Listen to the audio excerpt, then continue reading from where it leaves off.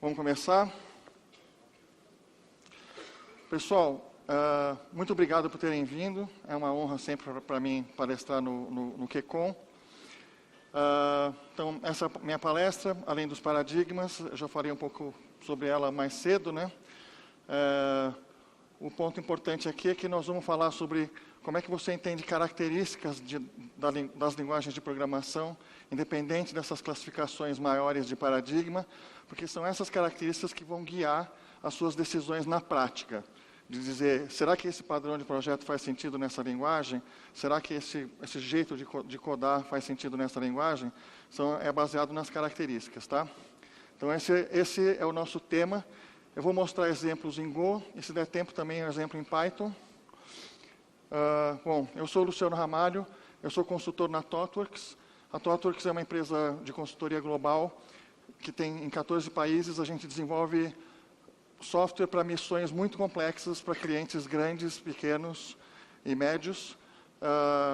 E eu tenho muito orgulho de ser parte da equipe da ThoughtWorks, que é uma empresa onde trabalham duas pessoas que assinaram o Manifesto Ágil. O Jim Highsmith e o Martin Fowler estão lá, a assinatura deles no famoso Manifesto Ágil. Eles são consultores da ThoughtWorks. Então, é uma empresa que realmente tem todos os princípios de agilidade no seu DNA. E outra coisa que é muito legal para mim, eu tenho muitos anos de experiência no mercado de TI. A TW é uma empresa onde a gente leva muito a sério diversidade e inclusão, né? Qual que é a diferença? Diversidade é você tolerar o outro, inclusão é você trazer o outro para junto, né? É importante diversidade, hein? Vamos começar por aí. Tolerar o diferente, super importante. O próximo passo é a inclusão. Então, no Brasil, hoje, a gente tem mais ou menos 30% das nossas pessoas desenvolvedoras são mulheres, que é um número ainda abaixo do ideal, porém, acima do que existe no mercado, né? Então, eu tenho muito orgulho de trabalhar na ThoughtWorks e poder dizer que praticamente qualquer time de desenvolvimento na ThoughtWorks tem mulheres. Bom, eu sou conhecido por causa do meu envolvimento na comunidade Python, e eu escrevi um livro chamado Fluent Python, ou Python Fluente. Mas nós vamos falar aqui sobre paradigmas, e eu vou começar contando que eu aprendi a programar numa calculadora TI 58C. Foi o primeiro aparelho que eu programei. E aquilo era o paradigma imperativo na veia, porque a linguagem de programação de uma calculadora daquela época é parecido com a linguagem de máquina, parecido com Assembly, tá? Onde você realmente está falando para a máquina, olha, pegue esse valor que está nessa posição de memória e coloque nesse registrador. Agora pega esse outro valor, coloca nesse outro registrador, faz uma soma e pega o resultado e põe naquele outro lugar, né? Nesse contexto, um laço for é uma coisa quase de programação declarativa. Nossa, eu não preciso controlar o contador diretamente, eu posso... né? Não tinha laço for, né? É o goto, if, jump e tal. Bom, tem um livro que eu gosto muito, e é um dos dois livros que eu vou recomendar para vocês, quem estiver interessado em estudar mais o assunto que eu vou falar aqui. Esse livro, Programming Language Pragmatics, é um livro de overview de linguagens de programação, que fala sobre várias linguagens de programação, mas ele é mais orientado realmente pela ideia das features, que é essa ideia que eu vou falar para vocês aqui, tá? Logo no começo, ele exemplifica estilos diferentes de programação, mostrando um algoritmo do mínimo divisor comum, implementado o máximo divisor comum, implementado em Assembly, né? E implementado em C, OCaml e Prolog, né? E eu trouxe aqui o algoritmo do mínimo divisor comum, implementado em Python, usando dois estilos de programação. O da esquerda é o estilo imperativo, o da direita é o estilo funcional, né? Quem acha o estilo funcional mais bonitinho? Eu também acho. Qual que é a diferença, por exemplo, que dá para ver, é que do lado esquerdo, né, no estilo imperativo, tem várias atribuições. Do lado direito não tem nenhuma atribuição. A única atribuição que acontece é uma atribuição implícita na hora que faz a chamada recursiva, onde você passa o valor e aí ele passa a ser aquele argumento, né? Mas, então, não tem atribuição, né? E a outra característica é não tem uma estrutura de controle como um loop, né? E você tem condicional e chamada recursiva. Isso, nas linguagens de programação funcional puras, é assim que funciona. Só que essa implementação funcional não é uma boa implementação em Python. Porque, embora ela funciona mal, porque ela consome muita memória.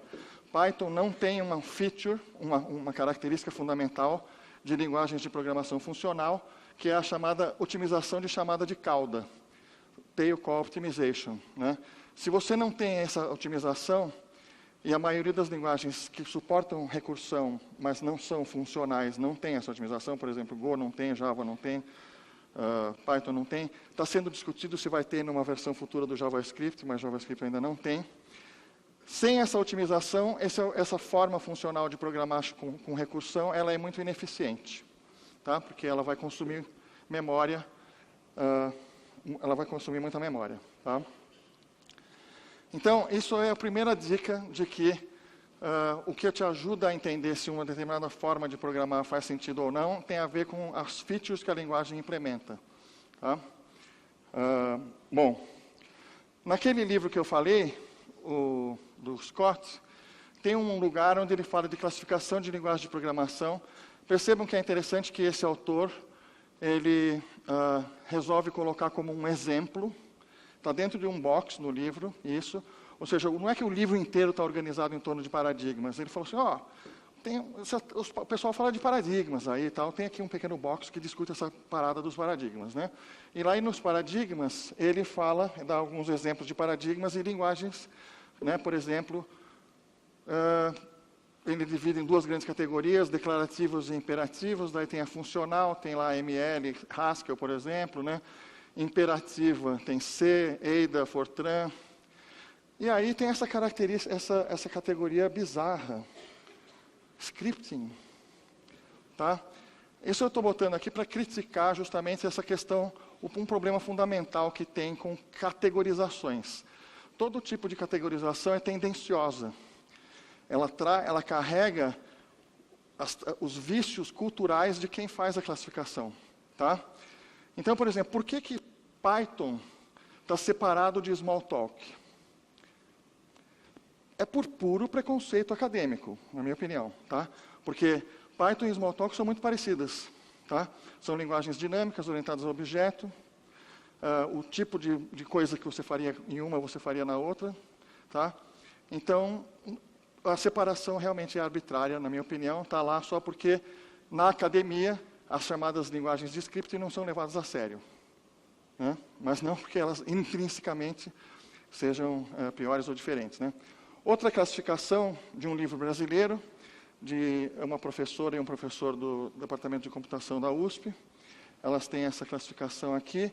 Tem um pequeno erro no livro, mas o texto está correto, apenas o diagrama está errado. Mas você vê que eles falam de assertivas, declarativas, daí tem funcionais, lógicas, etc. e tal.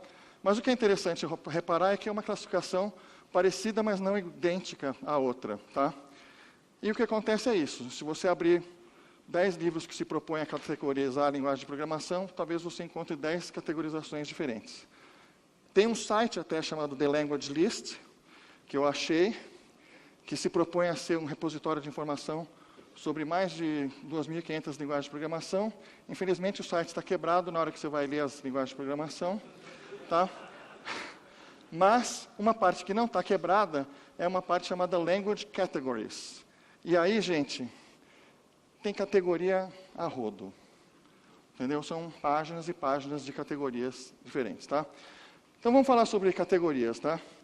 Esse aqui é um exemplo de um autor que eu adoro, que é o Borges, né, um escritor argentino. E isso aqui é um exemplo clássico, que é muito usado quando se fala de categorias, né?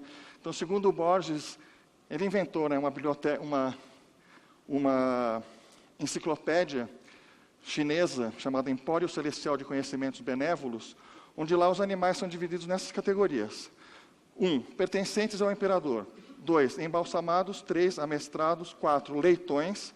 5. Sereias. 6. Fabulosos. 7. Cães soltos. 8. Incluídos nessa classificação. 9, que tremem como se estivessem bravos, raivosos, inumeráveis, desenhados com um pincel finíssimo de pelo de camelo, uma categoria importante, tá? Etc. Nossa, como não pode ter, né? E o mais legal é que nem botou etc. no final, como a gente costuma fazer, né? Continua.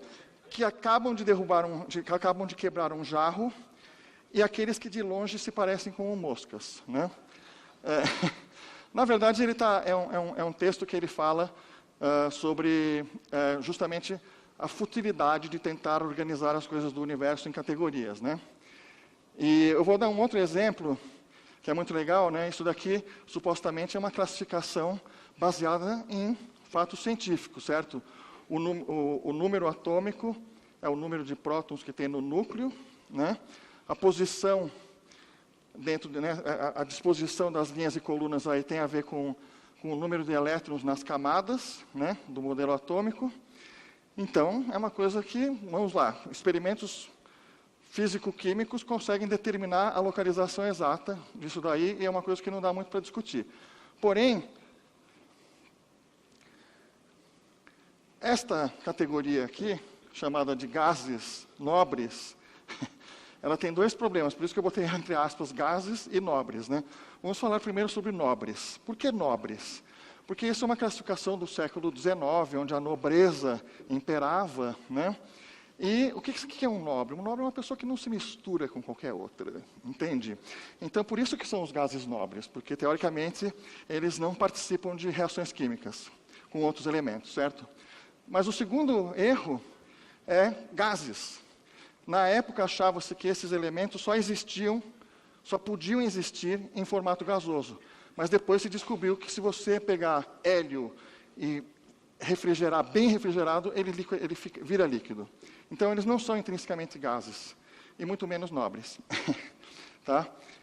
Esse exemplo que eu peguei aí é desse texto aqui, que é maravilhoso. Tá? Quem aqui trabalha com informação? Não sei como é que teve gente que não levantou a mão, mas tudo bem. Mas é o seguinte, gente, todo mundo que trabalha com informação deve ler esse texto, tá? Infelizmente, eu só conheço ele em inglês, não sei se tem uma tradução, mas é fantástico, tá? De um professor de uma universidade de Nova York, ele fala que ontologias são sobrevalorizadas, então ele faz um questionamento que, para mim, calou fundo, porque quando eu li esse texto, realmente mudou o meu modo de pensar, porque muita gente acredita, eu acreditava, né, que as classificações que são deficientes é porque elas não foram bem feitas. Se botar mais trabalho em cima, fica melhor. Entendeu? Mas, na verdade, não. Entendeu? É impossível fazer classificações perfeitas, é impossível fazer classificações que atendem às necessidades de todos os tipos de usuários da classificação. Tá? E isso a gente tem exemplos até na programação orientada a objeto, por exemplo. Por que inventaram programação orientada a aspecto? Certo? A programação orientada a aspecto foi inventada para superar limites da organização hierárquica de classes, né? Bom, então vamos falar sobre uma abordagem melhor para entender linguagem de programação, né? Essa primeira parte aqui foi para criticar a ideia de que você põe a linguagem de programação dentro de uma caixinha e fala, isso aqui é uma linguagem de programação funcional, ótimo, já sei como usá-la. Isso aqui é uma linguagem de programação orientada a objeto. O problema dessa abordagem é que tem linguagens que não se encaixam direito, esse é um problema. E o segundo é que é muito amplo, você dizer, é uma linguagem orientada a objeto. Sim, mas se ela tem funções de primeira classe, por exemplo, ou lambdas, isso já permite outros tipos de solução que são tipicamente funcionais, mesmo numa linguagem orientada a objeto. Tá? Então, nós vamos falar sobre essa abordagem mais profunda. Eu aprendi essa abordagem lendo esse livro, tá? Aliás, isso aqui é um paper do autor do livro, que ele apresenta o livro. Depois eu vou mostrar o livro. O Sridhar Krishnamurti escreveu esse texto há 10 anos atrás, chamado Ensinando Linguagens de Programação numa Era Pós-Linneu, né? Ou seja, numa era onde uma classificação como a classificação dos animais não se aplica tão bem assim para a linguagem de programação. E esse abstract é muito divertido as coisas que ele fala. Olha essa primeira linha, que maravilha. Né?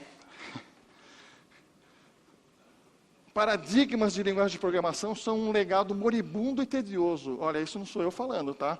Isso aqui é um professor de uma universidade de primeira linha americana, tá? Inclusive, ele é professor de um time que desenvolve o Dr. Racket, que é uma ferramenta muito usada para fazer ensino e pesquisa de teoria de linguagem de programação. Tá? E aí ele fala que os criadores de linguagens modernas não têm o menor respeito pelos paradigmas. Tá? Então, a gente deve abandonar esse método no ensino de linguagens, e aí o paper dele vai apresentar a ideia de um livro-texto novo que explora esses assuntos. Tá? E o livro-texto é esse daqui, chama-se Programming Languages, Application and Interpretation, e está inteirinho disponível na internet, tá? Em HTML, você pode ler lá. E qual que é a ideia desse livro? A ideia desse livro é que é muito legal, assim. Quantos aqui tiveram alguma disciplina de linguagem de programação, olhando para a implementação de linguagem de programação? Legal. Quantos aqui nessa disciplina viram compiladores? Legal. Quase todo mundo que levantou as mãos na primeira, levantou na segunda. Então, ele também critica essa abordagem, tá? Porque ele acha que a primeira vez que você tem contato com a implementação de linguagem de programação, é um desperdício você trabalhar logo direto com o compilador. Porque se você trabalhar com interpretadores, você aprende a mesma coisa a respeito de semântica de linguagem de programação, e você não perde tempo com a parte de geração de código, que é o que toma mais tempo quando você escreve um compilador. Então, a vantagem da abordagem que ele propõe, baseada em interpretadores, é que em um semestre, em vez de você implementar um compilador de uma linguagemzinha bem simples, você implementa 6, 7, 8 interpretadores de linguagens diferentes que incorporam features diferentes. Então, uma linguagem que se parece mais funcional, outra que se parece mais orientada a objeto, etc. E tal. Tá? Muito legal essa abordagem. Tá? Bom, então, por exemplo, foi nesse livro que eu entendi a fundo mesmo o que é uma closure. Tá? Porque eu tinha lido um monte de explicações vagas na web a respeito de closure. Tá? Muitos blog posts falando de closure, tentando explicar de várias maneiras e tal, não sei o que lá. Só que nesse livro, eu realmente incorporei a ideia. Por quê? Porque a primeira ou segunda, sei lá, as primeiras linguagens que a gente faz aqui, por exemplo, elas não permitem alinhamento de função, como em C. Você não pode ter uma função dentro de outra na linguagem C. A sintaxe não permite, certo? Então, só que na hora que na hora que a gente vai implementar um interpretador que permite a definição de uma função dentro de outra, né, e permite que a função externa devolva a interna como valor, aí, tem um problema, que é como é que você resolve o problema das variáveis que são citadas na função mais interna, mas não são locais. E esse é o problema que a closure resolve, entende? Então é legal porque você entende por que a feature existe. A feature existe para resolver um problema prático que acontece quando você implementa uma linguagem de programação que permite alinhamento de funções, e funções como valores. Tá? Bom, vamos falar um pouco sobre padrões de projeto. Tá? Então, tem o livro famosíssimo. Eu tive a sorte de assistir uma oficina com o Ralph Johnson, que é um dos autores do livro, na USP, onde eu sempre gosto de compartilhar 2 slides que ele mostrou lá, sobre uma certa autocrítica do movimento em torno dos padrões. Então, um deles é esse, que ele fala que o excesso de ênfase nos padrões como resultados finais, em vez de passos no processo de design. Tá? Então, a ideia que ele está falando é que o principal valor dos padrões não é como uma solução para o seu problema, é como uma ideia que pode ser a solução do seu problema ou pode te levar a pensar numa outra forma de organizar o código para resolver o seu problema. E que, frequentemente, a solução não vai ser exatamente um padrão, mas uma variação de um padrão, uma derivação de um padrão. Entende? Então, o padrão como forma de inspirar o seu processo de raciocínio e não como um template para você implementar a solução. Tá? Outra coisa que ele fala, conformidade com padrões não é uma medida de qualidade, certo? Então, mas o que é interessante nesse livro também é que os padrões não são universais, e isso está muito claro, dizendo na introdução do livro. Eles falam, nossos padrões assumem características no nível de Smalltalk e C++, que são 2 linguagens orientadas a objetos, certo? Então, ele está falando desse tipo de linguagem aí. Tá? E aí ele fala o seguinte, olha que interessante. Se a gente tivesse assumido linguagens procedurais, talvez tivéssemos incluído padrões como herança, encapsulamento e polimorfismo. Sabe, você pode implementar herança em C, se você quiser. De fato, não sei quem é das antigas e lembra daqueles PDAs como é que chamavam, que era bem pequenininho, assim, que era super popular? Palm, isso, obrigado. O Palm era programado em C orientado a objeto. A API dele era toda em C, o SDK era C, mas tinha umas disciplinas, umas regras que você tinha que seguir, que você na prática estava programando orientado a objeto em C. Tá? Então é possível você implementar padrões que não existem numa linguagem para tornar ela mais adequada para a solução de um determinado tipo de problema. Né? Mas eles estavam pensando, então, em linguagens que tinham um determinado número de features. E isso aqui é um ponto importante, né? Porque como eles estavam pensando em Smalltalk e C++, então eles não escreveram um capítulo sobre um padrão chamado herança. Porque as linguagens que eles assumiram já incorporavam isso. Tá? E aí, um outro exemplo, iteradores. Existe o Design Pattern Iterator, descrito aqui nesse livro. Tá? Quando você programa, por exemplo, em Python, não faz sentido implementar aquele Design Pattern, porque esse Design Pattern está incorporado na linguagem. Tá? O Java 1.5, a partir do momento que implementou o For Each, também incorporou o pattern. Tá? Então, é isso aí. Bom, aí acontece o seguinte, 2 anos depois, ou um ano depois que saiu aquele livro, o professor Peter Norvig, de Stanford, que é também um diretor do Google, escreveu uma apresentação onde ele faz a seguinte consideração, tá? Que se você está usando uma linguagem dinâmica parecida com o Lisp ou Dylan, que é uma linguagem que ninguém conhece, mas é parecida com o Lisp, só que com uma sintaxe, Lisp não tem sintaxe, né?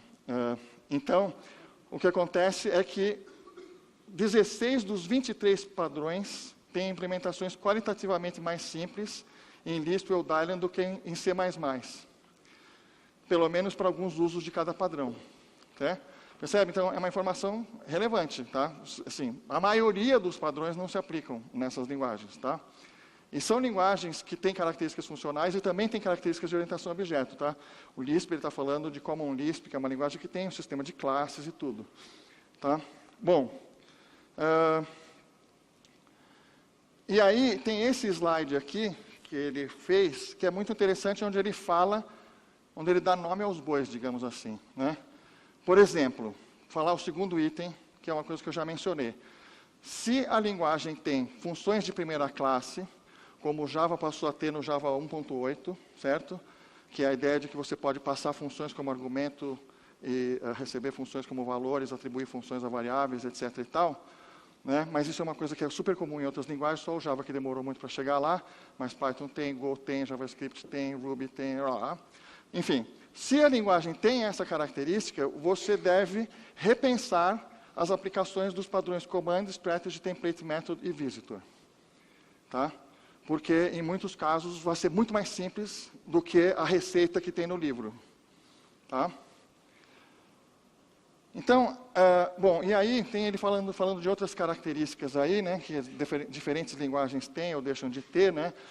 Por exemplo, a primeira característica, First Class Types, é uma característica que a gente tem em Ruby, tem em Python, mas não tem em Java, por exemplo, e não tem em Go, por exemplo, que é a ideia de que a própria classe é um objeto pleno, que pode ser passado como parâmetro, que pode ser devolvido como resultado, que pode ser, inclusive, construído em tempo de execução. Tá? É possível fazer isso nessas linguagens mais dinâmicas. Tá? Então, ele está falando aí o seguinte, se os tipos são objetos de primeira classe na linguagem, aqueles padrões Abstract Factory, Flyweight, Factory Method, State, Proxy, Chain of Responsibility precisam ser repensados. Tá? Então, vamos falar um pouco sobre características. Tá?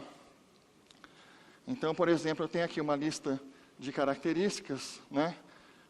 Então, por exemplo, Common Lisp é uma linguagem que tem funções de primeira classe, tem tipos de primeira classe, não tem iteradores, mas eu botei um asterisco para dizer que Common Lisp é uma linguagem que tem macros sintáticas. Né? Isso significa que você pode estender a linguagem com novas palavras reservadas, e aí tudo vale, porque você pode implementar uma sintaxe de iteradores, uma DSL de iteradores, sei lá. Tá? Elixir é uma outra linguagem que tem essa característica de ter macros sintáticas. Bom, Modelo de variáveis. O modelo de variáveis em Common Lisp é referência. As variáveis elas contêm, entre aspas, referências a objetos. Tá? A checagem de tipos é dinâmica. Então, Lisp é uma linguagem dinâmica, assim como JavaScript, Python, etc. E a expressão de tipos é estrutural, ou seja, como é que é feita a checagem para saber se um tipo bate ou não com uma determinada operação. É estrutural, ou seja, depende dos atributos que o objeto tem e não do que ele declara ser. Tá? Então, eu já falei sobre essas duas coisas ali, né? Vamos falar um pouco sobre C, então, por exemplo. Né? Em C, você tem não tem funções de primeira classe, mas tem uma coisa interessante que são ponteiros de função que resolvem alguns casos de uso de você ter funções de primeira classe. Não tem tipo de primeira classe, não tem iteradores, o modelo de variáveis é valores, você está sempre passando valores, só que tem um asterisco ali, porque às vezes o valor pode ser um ponteiro. Né? A checagem de tipos é estática, né? É baseada nas declarações, e é feita em tempo de compilação, e a expressão de tipos é nominal, também então é baseada nas declarações, no nome que a pessoa alegou que aquilo tem. Tá? Bom, Java, por exemplo, é uma linguagem que tem funções de primeira classe, a partir do Java 1.8, não tem tipos de primeira classe, porque existe a classe class em Java, mas a classe class em Java, o construtor é privado. Você não consegue construir uma classe em tempo de execução. A classe class é mais para fazer reflection, é para representar uma classe existente. Tá? Tem iteradores. O modelo de variáveis de Java é duplo, né, porque é valores para os tipos primitivos e referência para os tipos objetos. A checagem de tipos é estática, a expressão de tipos é nominal também. Go é interessante porque ela tem funções de primeira classe, não tem tipo de primeira classe. O caso de iteradores em Go é uma coisa que me deixa um pouquinho triste, porque o Go tem um comando... Quem conhece Go aqui? Legal. Então tem o for range, né, uma variação do laço for, que é parecido com o for each de outras linguagens, ou o for do Python, né, que ele consegue iterar automaticamente sem você ter que ficar manipulando um índice. Né? Mas esse for range só funciona com os tipos primitivos estruturados da linguagem, map, slice, array e channel, e não funciona quando você cria uma nova coleção. A sua coleção é uma coleção de segunda classe que não funciona com for range. Então, é uma linguagem que realmente não tem iteradores plenamente. Uma das coisas que... Go é uma linguagem super simples, super agradável, você se torna produtivo rápido, mas ela tem uma pegadinha, uma das pegadinhas é essa. Ela tem 3 modelos de variáveis, na verdade. Você vê que nenhuma outra linguagem aqui que eu botei tem 3 modelos de variáveis. Em Go Go, eles falam que tudo que é valores. É valores, é valores, é valores, como se fosse C. Mas também tem ponteiros. Mas, na verdade, tem, novamente, alguns tipos mágicos especiais que você não consegue emular, mas que vêm prontos, que eles funcionam como referências. Então, você tem essa pegadinha de sacar, opa, na verdade, tem uma terceira coisa aqui. A checagem de tipos é estática, então é o compilador que checa os tipos. Mas o que é interessante, que é uma grande inovação do Go, é que eles trouxeram uma característica de linguagens dinâmicas, que é a expressão de tipos estrutural. O que significa isso em Go? É que você não declara que você implementa uma interface. Não tem numa sintaxe do Go um jeito de você dizer, olha, esse meu tipo aqui implementa tal interface. Não existe essa sintaxe. Existe uma sintaxe para você declarar interfaces. Então, você fala interface, sei lá, stringer, que é uma interface que gera representações string, tem que implementar um método string que devolve uma string. Tá? Beleza. Está lá declarada a interface. Se você, ao criar um novo tipo, implementar essa interface, sem querer ou querendo, o seu tipo satisfaz e o compilador vai aceitar. Tá? Então, é muito interessante que é uma espécie de um duck typing estático. Né? Porque a essência do duck typing é, eu não tiro o sangue do pato para examinar o DNA para determinar se ele é um pato. Eu observo o comportamento dele. Se ele se comporta como um pato, eu aceito que ele é um pato. Né? Então, é a mesma coisa que o Go faz. Então, é uma inovação interessante do Go. Tá? E Python é uma linguagem que tem várias daquelas coisas. Então, particularmente para nós, essa questão do questionamento dos modelos, dos padrões de projeto, em Python é muito importante porque a gente tem várias daquelas features que o Norvig cita lá. Tá? Bom, vamos falar sobre o padrão Strategy e eu vou mostrar para vocês o Strategy em Go. Tá? Então, o padrão Strategy, no livro lá original, ele é apresentado com outro exemplo. Esse aqui eu pensei num exemplo mais familiar para nós, que todo mundo aqui interage com sites de comércio eletrônico, provavelmente vários de vocês trabalham até, ou já trabalharam construindo esse tipo de site. Então é o seguinte, imagine que você tem o conceito de um pedido, order, tá? Só que você quer, né, os seus clientes da área de negócios querem poder inventar promoções, tá? Então, a ideia é que um pedido, ao ser criado, ele recebe no construtor uma promoção. E essa promoção vai, na verdade, fornecer a regra de negócio para o cálculo de um desconto. Tá? Então, você tem uma classe abstrata promotion, que declara só um método, que é o método discount. Tá? E você pode, a área de negócio lá pode ficar inventando promoções, que todas implementam essa interface, e aí você pluga a promoção na hora de construir a encomenda, porque a encomenda, quer dizer, o pedido, tem dois métodos.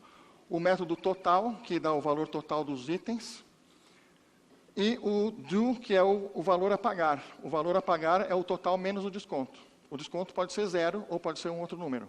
Tá? Então, as promoções, elas são usadas na implementação do método do, que é o método do valor a pagar. Tá? No livro, existe uma terminologia, né? Eles dizem que o pedido é o contexto, né? A promoção aqui, no caso, é a estratégia em si, e aqui são as estratégias concretas, né? Que você implementa. Tá? Então, vamos ver o Strategy em Go usando duas formas de implementar. De uma forma clássica, que é bem parecido com o que tem no livro, e a implementação usando funções como objetos. Tá? Então, na forma clássica, bom, aqui eu tenho testes, tá?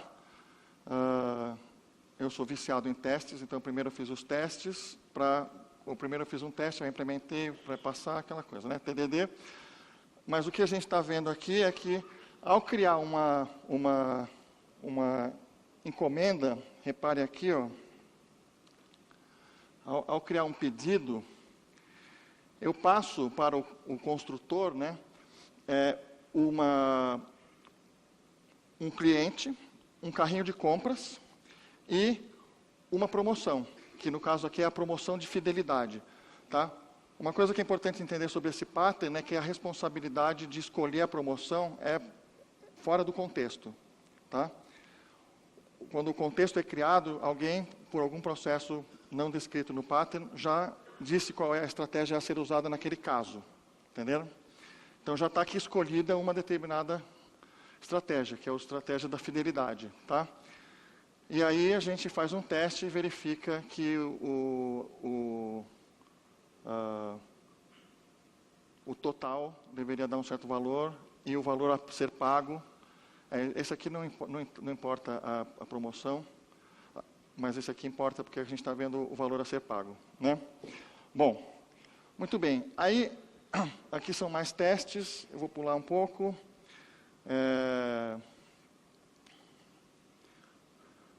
Então, olha lá, a definição de uma classe, para quem nunca viu Go, eu acho Go uma linguagem bastante...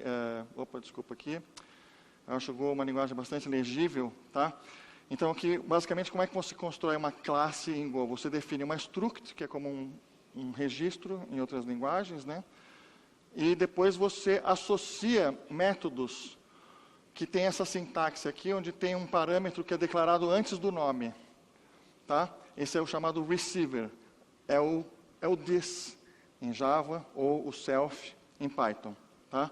Só que essa sintaxe aqui eu acho mais legal do que a do Python, porque no Python tem o parâmetro self explícito aqui dentro. Aqui tem o parâmetro explícito, mas ele está fora do parênteses, que é como você vai usar na prática. Né? Você vai invocar daquele jeito que a gente viu, né? Com aquela sintaxe, essa sintaxe aqui, né? Tipo, tá? Então, isso aqui é o receiver, e o receiver aparece aqui na declaração do tipo, do método, aliás, né? Tá? Então, nós temos aqui o método total, e aqui o mais importante é o método do, que é o método do, o que ele faz?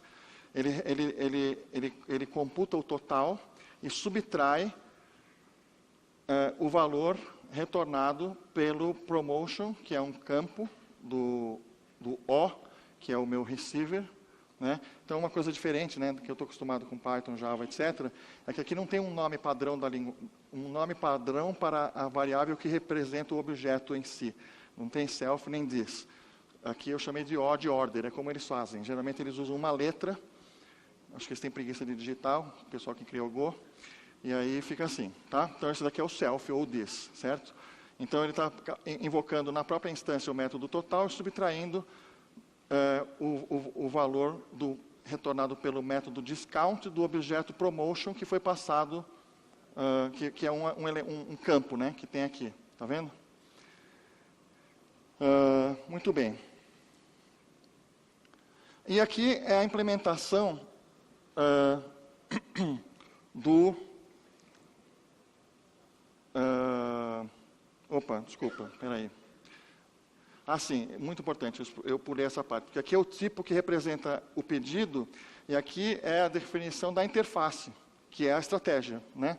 Então, lembra naquele diagrama, esse aqui é o contexto, que é o pedido, esse aqui é a estratégia, que é a interface, ou no caso, a classe abstrata, né? A interface que as promoções têm que implementar. E aqui eu também estou seguindo uma convenção de nomenclatura da linguagem Go, que é que quando a interface tem só um método, geralmente o nome da interface é o nome do método. O nome do método deve ser um verbo, normalmente é um verbo, e o nome da interface é esse verbo com o sufixo ER, que significa o fazedor daquilo, né? Tipo, entendeu? Isso aí, quem faz aquilo ali, né? Sei lá, run, runner. Certo? Tipo, read, reader, etc. Né? Às vezes fica bizarro, porque quando o nome não é um método, não é um verbo, como string, aí a interface chama stringer. Mas, tudo bem, a convenção funciona. Tá? Bom, e aí, isso daqui é a implementação de uma promoção. Você pode ver que em nenhum lugar está escrito que ela é uma discounter, porém, ela implementa o método discount. Tá? Então, é uma struct vazia, porque não tem estado, mas eu preciso criar esse nome para poder acessar ele como receiver aqui. Tá? Então, eu vou criando, para cada uma, eu crio o nome daquele tipo de desconto e implemento um método chamado discount, e aí eu tenho as diferentes implementações. Tá certo? Quem nunca tinha visto o Go achou razoável? É bonitinha a sintaxe, tá? Tem algumas coisas... Eu sou tão velho que eu sou do tempo que existia um debate entre Pascal e C. Tá? Logicamente, a gente sabe quem ganhou esse debate. Mas eu era do time do Pascal. E, para mim, Go é a vingança do Pascal. Tá? E eu acho que, assim, porque, por exemplo, eu vou falar... Uma das críticas que eu fazia nas conversas de bar, né, que você fica trolando as preferências do outro, sabe aquelas coisas que a gente faz? Então, eu falava assim, gente, não dá para levar a sério uma linguagem de programação cujo compilador não gera uma checagem de runtime para ver se a pessoa está acessando o array fora da posição. Entendeu? É bizarro isso. Pascal sempre teve isso e C nunca teve isso. E por isso que a humanidade já gastou incontáveis bilhões de dólares resolvendo bugs que poderiam ter sido resolvidos muito mais simplesmente se o compilador gerasse mais uma meia dúzia de instruções. Entendeu? Então, isso eu acho bizarro. E Go é uma linguagem, então, que a gente se sente muito mais confortável de programar, porque ela é uma linguagem que gera... Então, por que eu acho que Go é um sucesso e vai ser um sucesso ainda maior? Tá? É uma linguagem que gera código nativo de linguagem de máquina, altamente eficiente, mas é uma linguagem que você se sente lidando com uma linguagem como Java ou uma linguagem interpretada, que tem um ambiente seguro, entendeu? Porque quem já programou bastante em C, C++, sabe a dor que é debugar um core dump, certo? Simplesmente crashou e acabou-se. Então, em Go é praticamente impossível você conseguir um core dump, assim como em Python, tá? Porque tem um ambiente de runtime que garante as condições mais ou menos normais de operações, e quando acontece alguma coisa muito bizarra, vai ter uma mensagem dizendo, ó, aconteceu isso, acabou a memória, ou sei lá, entendeu? Você está acessando uma posição do array que não existe, ou coisas assim, tá? Então, eu tenho curtido bastante, tá? Bom, o padrão, Go é uma linguagem que tem funções de primeira classe, né? Tá? O conceito de funções de primeira classe, né, não é um tipo especial de função, é só que as funções são tratadas como objetos de primeira classe na linguagem. E quando você tem isso, o padrão strategy, como o Peter Norvig falou lá atrás, pode ser simplificado, porque você pode, em vez de passar um objeto discounter, você passa logo uma função. Entendeu?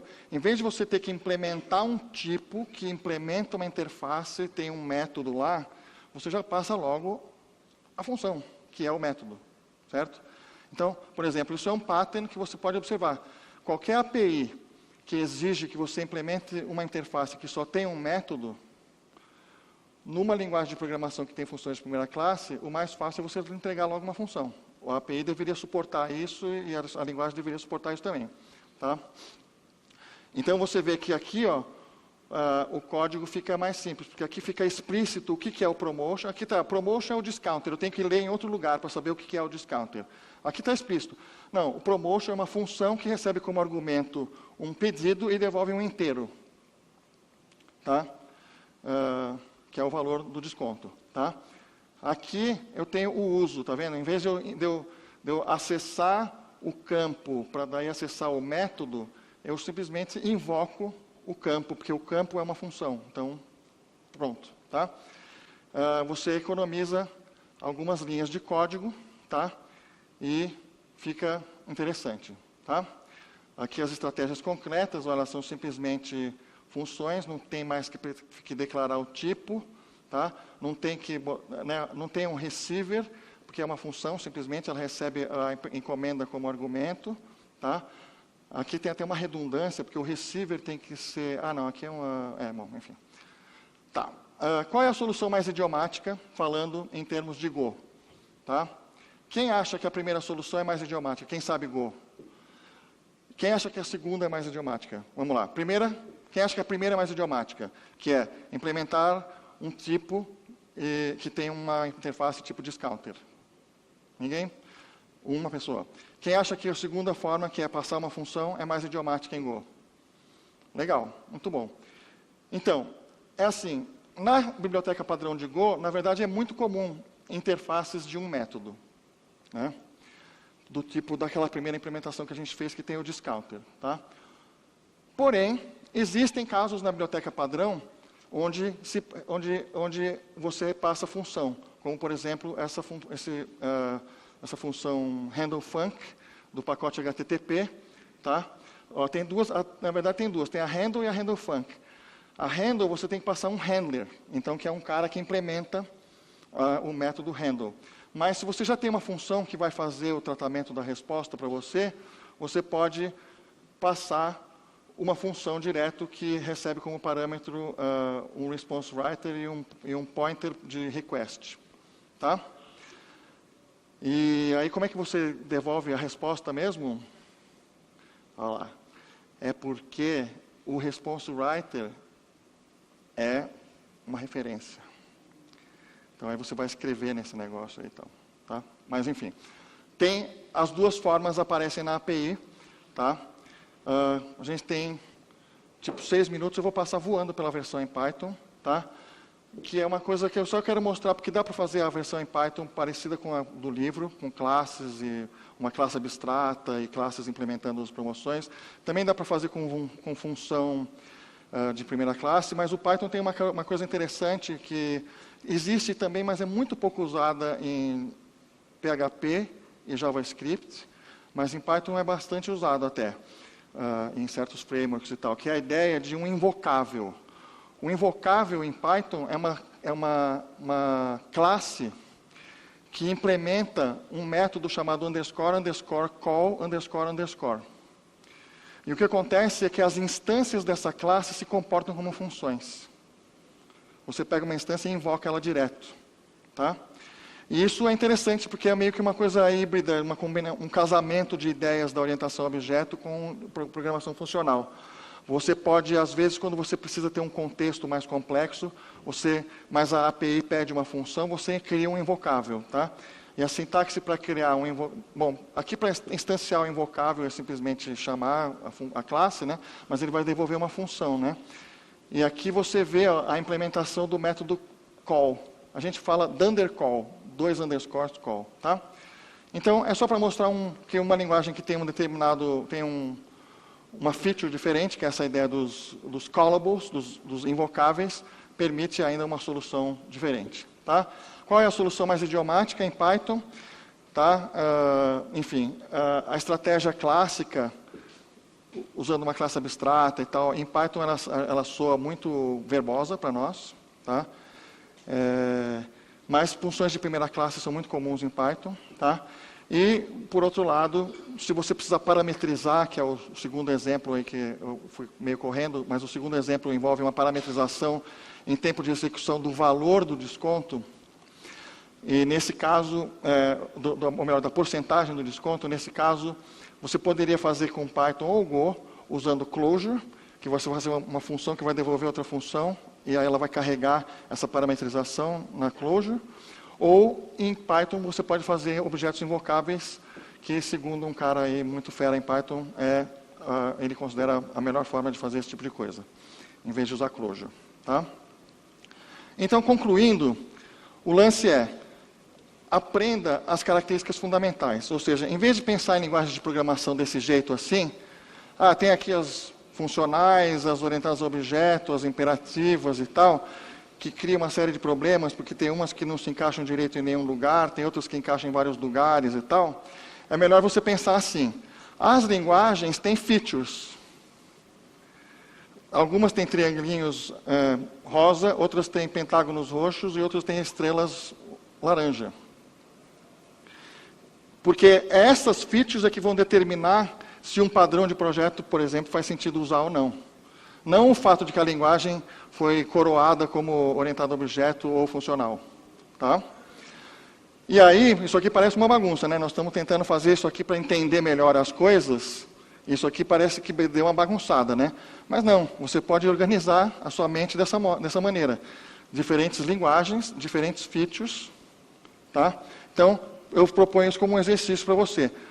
Vai para casa, essa palestra menciona algumas features, né, naquela outra slide lá. Pensa na sua linguagem favorita, quais são as marquinhas que você faz, ou as suas linguagens que você usa no dia a dia. Né? Então, é isso aí. Então, por que vale a pena aprender essas características fundamentais? Porque você vai aprender linguagens mais rápido, né? E esse é um dos temas dessa trilha, é usar linguagens novas. Você vai aproveitar melhor as características de cada linguagem. Você vai poder escolher melhor entre implementações alternativas, o que faz mais sentido. Você vai poder fazer bom uso de padrões de projetos. Você vai saber depurar problemas difíceis e você vai poder emular características que fazem falta. Então, numa determinada linguagem, não tem iteradores, quando, por exemplo, em Go, que eu constatei que só tem alguns objetos básicos lá são iteráveis e os outros não, eu falei, bom, mas deve ter algum outro jeito deles resolverem esse problema na biblioteca padrão, como é que é?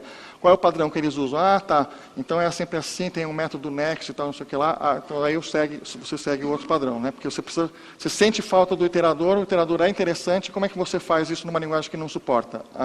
Você estabelece um padrão ou você procura o padrão, né? E é isso aí, pessoal. Muito obrigado. E eu vou abrir aqui para perguntas. A gente tem um minuto e pouco para perguntas. Muito obrigado.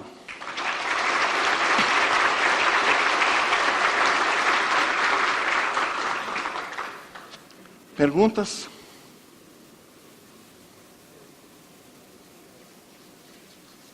Pode perguntar sobre qualquer coisa. Por exemplo, o que é o Garoa Hacker Club? O Garoa Hacker Club é um hackerspace que tem aqui em São Paulo. Recomendo que todo mundo, principalmente quem veio de outros estados, aproveite a oportunidade. Hoje à noite vai lá, procura no Google, garoa.net.br. É um hackerspace, um laboratório comunitário, um lugar muito interessante que talvez não tenha um igual na sua cidade. Certamente não tem, porque tem hackerspace em outros lugares, mas nenhum é igual ao Garoa, porque nenhum hackerspace é igual ao outro. Não é McDonald's. Que mais? Não? Oi. Uma pergunta, vai. Oh.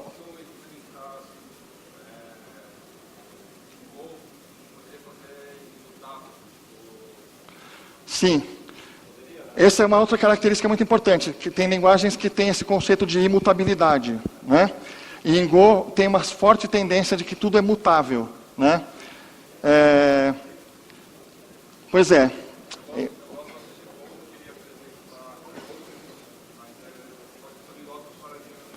Sim.